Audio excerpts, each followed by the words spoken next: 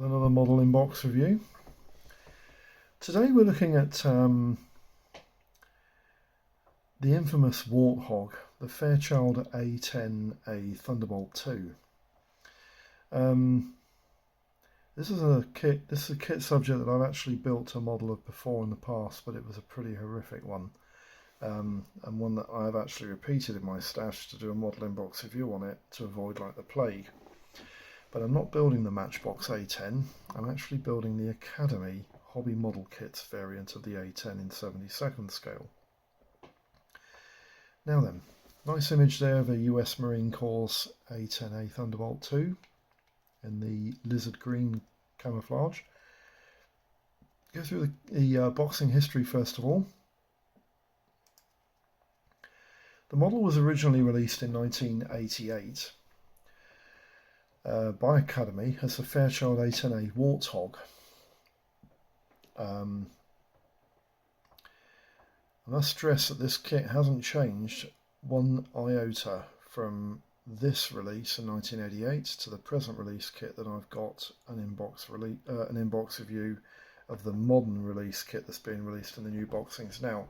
But the kit was originally called an A10A Warthog, and it came in this style of box with an image of the model shown on the front cover of the box. And it was typical for Academy to release models in this fashion. So that's 1988, the original release. 1991, the kit was actually covered by a company called Design. Now I think Design are actually another Latin release agent. I'm not sure whether they actually released this kit for the South American market or whether it was released for all Spanish-speaking countries. I'm not quite sure, but it was definitely a Latin release, and it's the only variant released of the Academy kit that has this style of camouflage with these markings in. There is actually another variant which incorporates a different marking and livery of the A10, but we'll go through that when we get to the boxing. But this is the only offering, which is the one from Design, that has this sort of it's a sort of a sand green, two-tone green and brown camo pattern, and I've not seen this on an A10, but it obviously must have existed from somewhere or other. That was a Design which I think is a Latin agent for Academy. 1991 went through to 1996, and we have the Academy A10A Thunderbolt II. This is the first time the model was actually called the Thunderbolt II on the Academy box. And this artwork is present on the modern release box that you've got nowadays. This isn't the kit that I'll be doing an inbox review on, but it is the same artwork on the cover of the box. 1996 went through to 2004. And we have an A10A Iraqi Freedom Operation commemoration box release from Academy, and this is the other livery that's available. This is the all-over grey, light grey camouflage scheme, which the United States Air Force used extensively in the noughties and the late 90s. I remember seeing a lot of it, US Air Force aircraft in these colours. So that's 2004. We go through to 2013, and this was again released as the A10A Operation Iraqi Freedom. I think this was a release after the second Gulf War, and again it's exactly the same as the original Iraqi Freedom model, with the same livery and everything. So that's 2013, and then we go to 2015, and this is the present release Academy kit of the USAS A10A. It's not called the Thunderbolt II anymore, it's called the A10A, and this is the model boxing that I've got to inbox review for you. Right, leave you the nice image there of an A10A. This is obviously viewed from underneath. The aircraft's peeling over to port, which is quite nice. We just pan the camera down very quickly here. Let's get a look at the box that I've got for you. That's the subject matter for you. There we go. Again, it's quite a large box on this kit. Try and bring this a little bit further away for for you. I might be able to get it a little bit further away for you. It'd be nice if I can. There we go. So that's the box. There we go. It's quite a sizable box. That's my hand in front of it. It's quite large. It's about 2 to 3 times the size of my hand. Before I open the box, we'll just have a look at these side images. This is images of the kit made up. It looks quite nice, doesn't it? Interesting thing about the Academy kit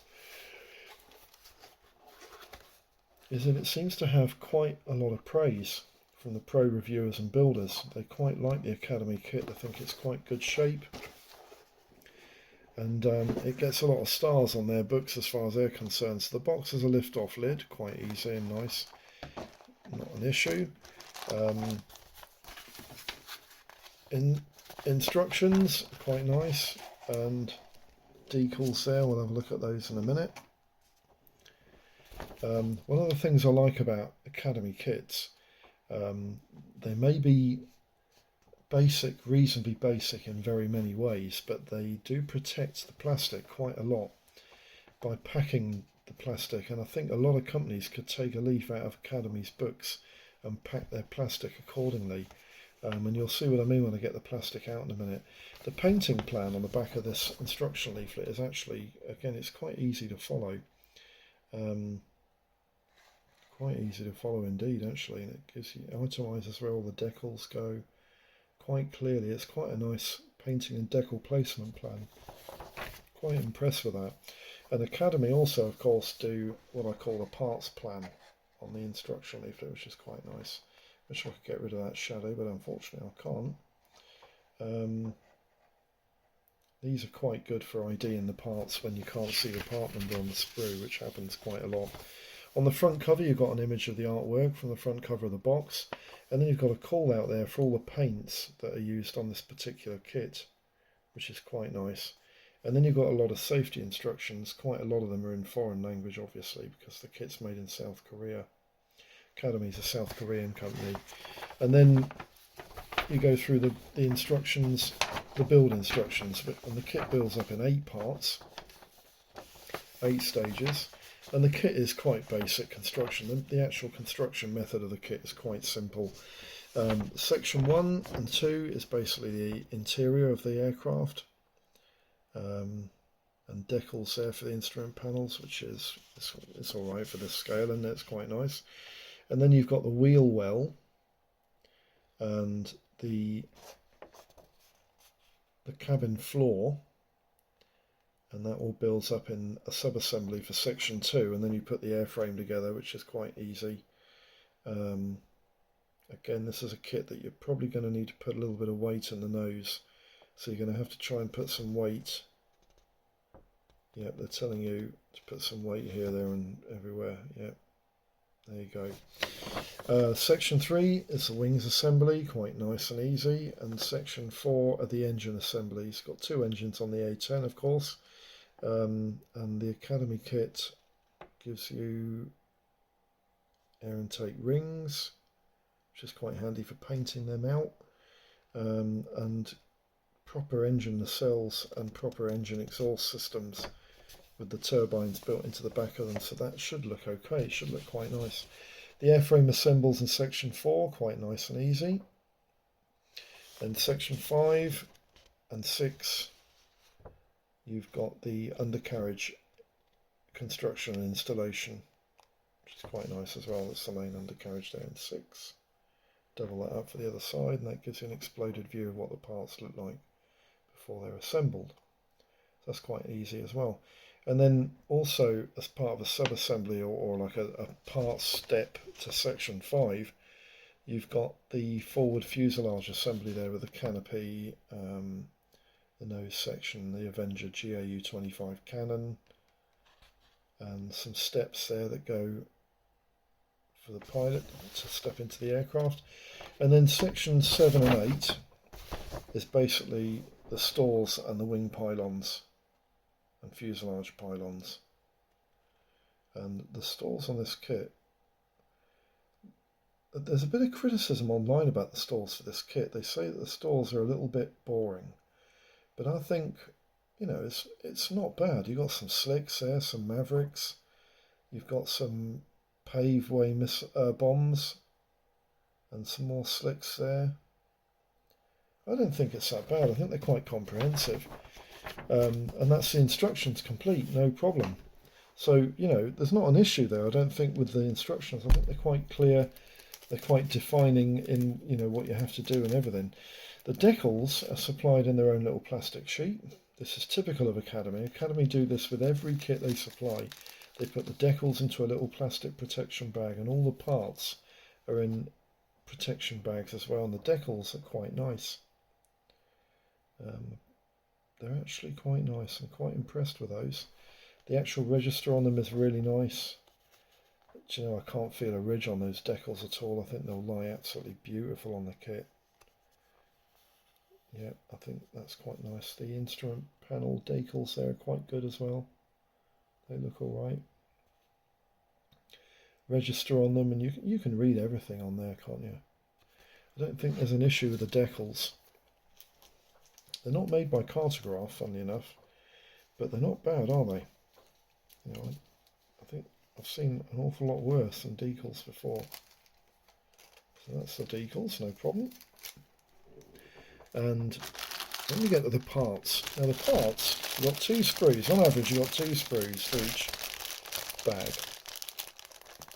And I'm not sure if I'm even going to need to open these up, because you can see the detail through the bag quite easily. You've got, like, yeah, that's interesting. You've got recessed panel lines and you've got raised panel lines on this kit. The wings have raised panel lines and a couple of recessed panel lines. It's a bit weird, isn't it? But they're, yeah, they're there. But the detail on the kit is quite nice. I'll tell you what I'll do. I will open it up because you can't really see that very well through there. I'll just open this up.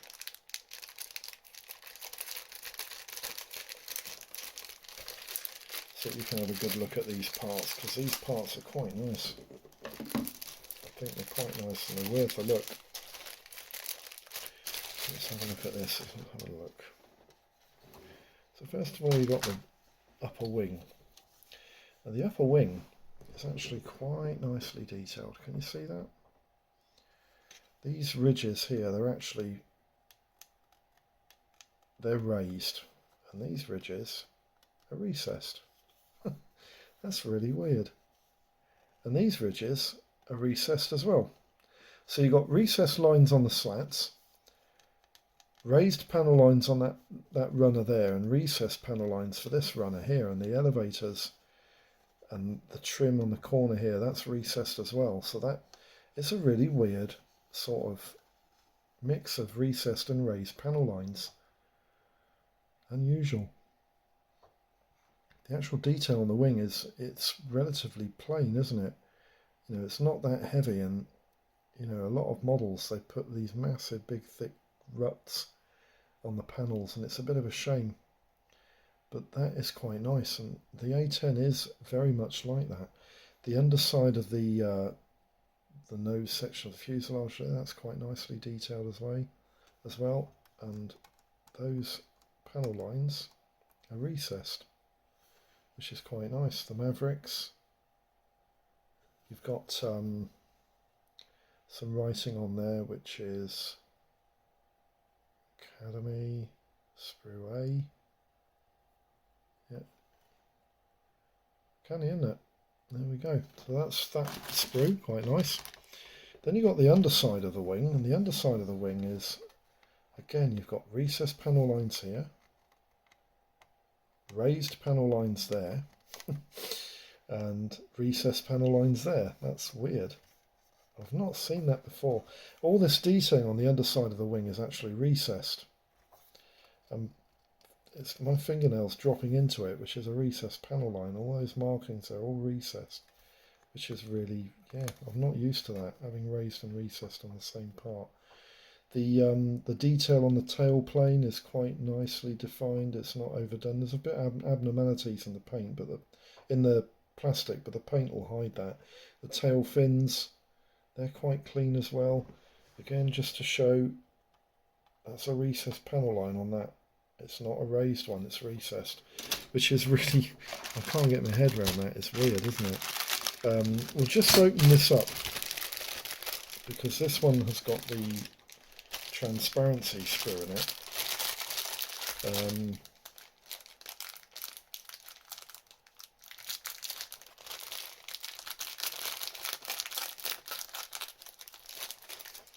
Which is quite interesting. We'll have a look at this.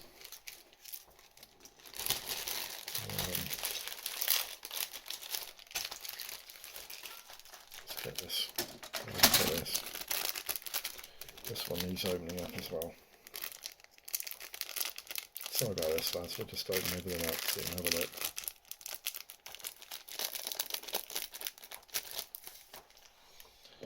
This is one of the issues with Academy, is that they bag everything, so it takes a little bit of time to get everything out. Now then, the quality of the transparencies is quite nice.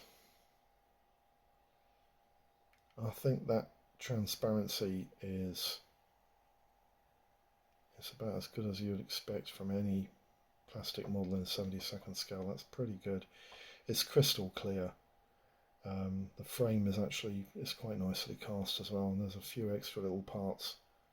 Looks like a gun sight and a couple of navigation lights there. And I think that's going to look quite nice when it's finished. When it's, I think that will paint up really nice. I think it should define quite nicely. That's the transparency. The engine pods, they're quite nicely marked. They're recessed panel lines again. Hey presto, there we go. Nice detailing on that engine pod. I think that's the underside. Yeah, that's the underside and that's the top side. And then you've got some other parts here. There's some wing pylons. Bits and bobs, slick bombs. Multi-stores racks.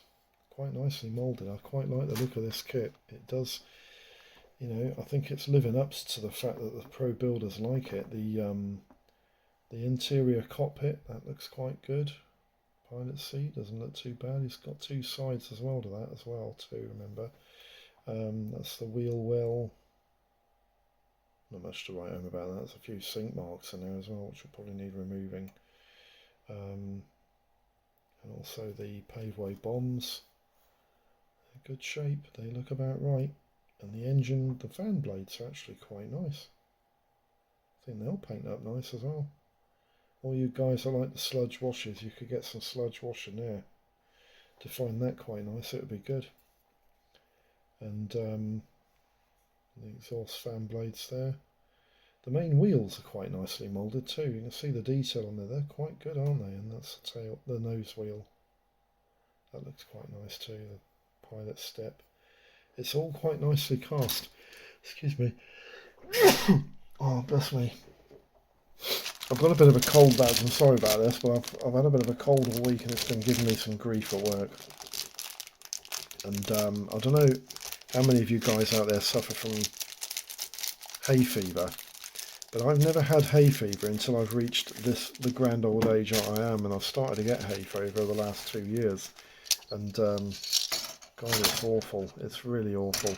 There's a few bombs on this sprue. Not much to write home about, so they look okay. And also, we don't need to look at both of these two, but the fuselage half, that's quite nice as well, isn't it? Can you see the detail on the fuselage half, how that's defined? And these, again, these are a mixture of recessed. That's recessed. That's recessed. And that's recessed. I think these are recessed.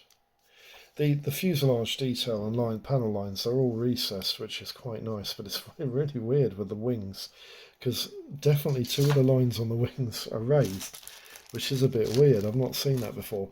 So I don't want to put all this stuff back. I don't need to put all this stuff back in the plastic, so I think it'll be alright. As long as I can keep the plastic layers, it should be fine. And I'll just put all this back in the box. So we still had a look at the plastic. That's quite good, isn't it? The kit sprues themselves, they look pretty good. And I can see why the reviewers like this kit. You know, they think it's one of the better A10s. And I didn't know that when I bought it, because I picked this kit up really cheap. It was part of a block stash load. So what we'll do, we'll have a quick look at the gump that I've got to go through. There's not an awful lot here actually to go through. The kit I'm reviewing today is the Academy Fairchild A10A Thunderbolt II. Its release date is 1988 and it's moulded in 1/72nd scale with a serial number of 12453. There are decals for only one version, the USAF, probably from the 343rd Tactical Fighter Wing in the 1990s. The kit's dimensions are about 9 inches long by about 9.5 inches in span, and it will sit about 2.5 inches high on its undercarriage. Now, there are 91 parts on 7 grey plastic sprues and 5 parts on a clear plastic sprue, totalling 96 parts in all. And the options and costs, I've only got them covering the 1/72nd scale model options. There are a lot of kits in lots of different scales, from 144th up to 1/32nd, I believe. I've seen a 32nd scale kit somewhere, but I can't remember who builds it. But in 1/72nd scale, the standalone models, you can get an Academy kit, obviously, this is the subject of this model. That can retail from about £10 to £18. The Airfix Thunderbolt II retails about £5 to £25. Hasegawa do a Thunderbolt II and an unmanned aerial vehicle variant of the A10, and that retails between 12 and 48 quid. The UAV variant is usually the one that's the higher price. Hobby Boss do a Thunderbolt II and a TA10A, which is a 2-seat variant, for about £10 to £22. Idea produce a Thunderbolt II, but no pricings on that, sorry. Italieri do a Thunderbolt II for £16 to £20, and the Matchbox Fairchild A10 is between £5 and £13, but I would avoid that like the plague. The monogram kit of the Thunderbolt II is about £16. Now these kits are reboxed. The Italieri kit is reboxed by Langer, no pricings available on that. Design do the Academy kit, again no pricings available on that. Hella produce the Airfix kit, no pricings available on that. Hobby Craft do the Thunderbolt II, which is the Idea kit rebox, no pricings available on that. MPC do a Thunderbolt II, which is a reboxed Airfix kit, no pricings available on that, sorry. Revell produce the monogram kit for about £12 to £17, and Tamiya have reboxed the Italieri kit for about £4 to £17. Now, the conclusions. The Academy model is actually a nice looking kit with recessed panel lines and quite nice surface detail. The interior is a little minimal, but okay for the scale, and the forward wheel well is it's okay too. The reviewers like the Academy kit as its accuracy seems to be fair to good. There are lots of stores for this kit and no fit issues reported. The kits to be aware of are the Italieri kit, as it's expensive and has accuracy issues. Also, the Monogram and Hasegawa kits are older toolings and have raised panel lines. Make sure you avoid the Matchbox kit at all costs, as it's just a joke. But the kits to go for seem to be the Academy. The Airfix and Hobby Boss kits are quite good too, and they get a lot of praise from the pro builders and reviewers. So if you opt for one of those 3 models, you shouldn't be doing too bad. But I quite like the look of the Academy kit. It doesn't look too bad at all. So I'm looking forward to this one. I'm not sure which variant I'm going to build yet, but I'll probably end up doing the lizard scheme. It's all right. It looks quite good, doesn't it? I've seen a few photographs as well where the lizard scheme also incorporates a sort of a mauve purple around the engine. It like wraps around the engine nacelle, and that might be quite nice to incorporate as well. So anyway, that's the inbox review finished for the Academy A10A. I hope this video has been of some use. I hope all of your projects are running smooth and going to plan. And thanks for tuning in. And I'll speak to you for the next video. Bye-bye for now.